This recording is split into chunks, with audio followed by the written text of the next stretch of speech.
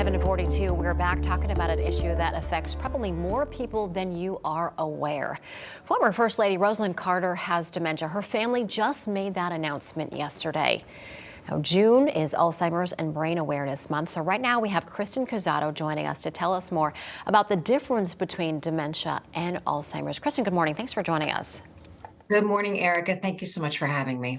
First off, talk about the difference between dementia and Alzheimer's, because I think a lot of people just sort of group the two together and think that they're one and the same.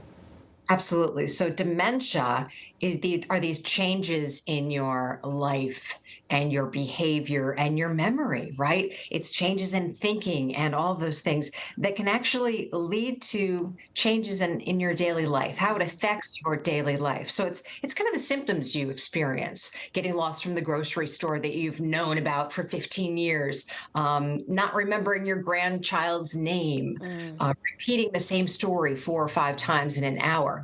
Alzheimer's and the other types are what cause the dementia. Alzheimer's is the actual brain changes in your brain. So Alzheimer's, we use those semi-interchangeably because Alzheimer's is the most common form. There are 80,000 people in Connecticut living with Alzheimer's disease, but there's a vascular dementia, a Lewy body dementia, which Robin Williams had, the FTD, which Bruce Willis has, right? We've been talking about that. So there are different types of biological changes, but dementias are really the symptoms that you experience. Okay, all right, that's important to keep in mind. And it's also important to keep in mind that it's very critical to reduce the stigma. I think that's why it was really important that the Carter family made this announcement to bring awareness to it and let other people know. Right. I mean, the last time we heard about this dealing with, a sitting or former president was Ronald Reagan, right? Ronald Reagan had Alzheimer's disease.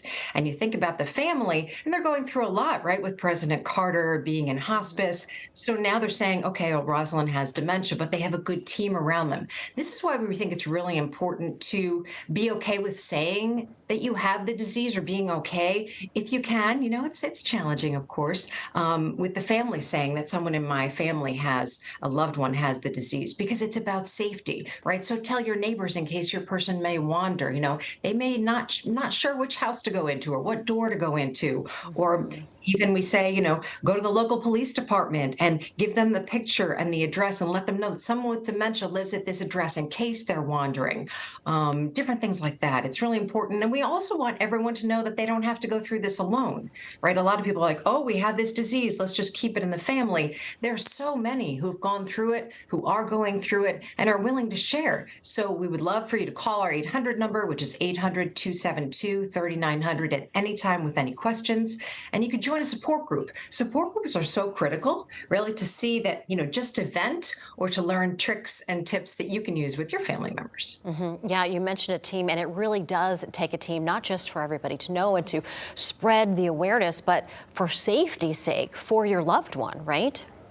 Absolutely. And you need to let people know that this is happening, right? And then you need to make sure, when is a good time to bring care into the home? When is a good time for you to realize I'm a caregiver? I mean, I love to stress how important it is that caregivers take care of themselves. If they don't take care of themselves, sometimes they implode. Sometimes they pass away before the person they're taking care of.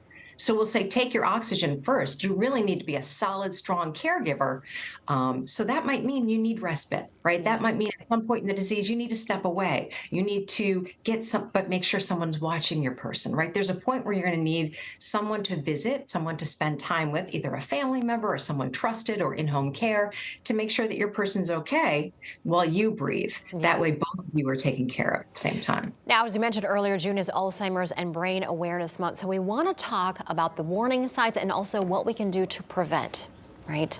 So some of the warning signs, like we were talking about before, getting lost coming home from the grocery store, not knowing the order of something. I like to say, you have your keys in your hand, and you don't know what they're used for. That might be a concern. Obviously, losing our keys or losing our car in the parking lot of the store is pretty common. Doesn't mean we have dementia. Having word finding issues. Oh, what is that called? Oh, that's a vase. Oh, that's what that is. That doesn't mean you have Alzheimer's or dementia. But, calling this a wrist clock, calling a watch a wrist clock, kind of difference with words, that kind of thing. Okay. But we have so much research going on with lifestyle interventions, and we've talked about this as well, making sure that you exercise. So many more studies coming out about the importance of exercise to reduce your risk. Really focusing on incorporating a Mediterranean diet into your nutrition, and eliminating as many processed foods as you can. Getting enough sleep. When you sleep, the toxins are washed away from your brain, those kinds of things. There's just a lot going on with lifestyle interventions so we can reduce our risk. And then we also are in an era of treatment. We have a few FDA-approved drugs right now. They're not covered by insurance yet, but we're working on it. We're hoping that they change their mind. But there's a lot. It's kind of a new era, and we're pretty excited, and we want to make sure everyone knows that we're here. Absolutely. Kristin, thanks so much. And I think it's great that important that you mentioned that we're hoping that those drugs get covered by health insurance. I think that would be just incredible and so helpful to so many people. Thanks again for being with us and talking. Thank you so much.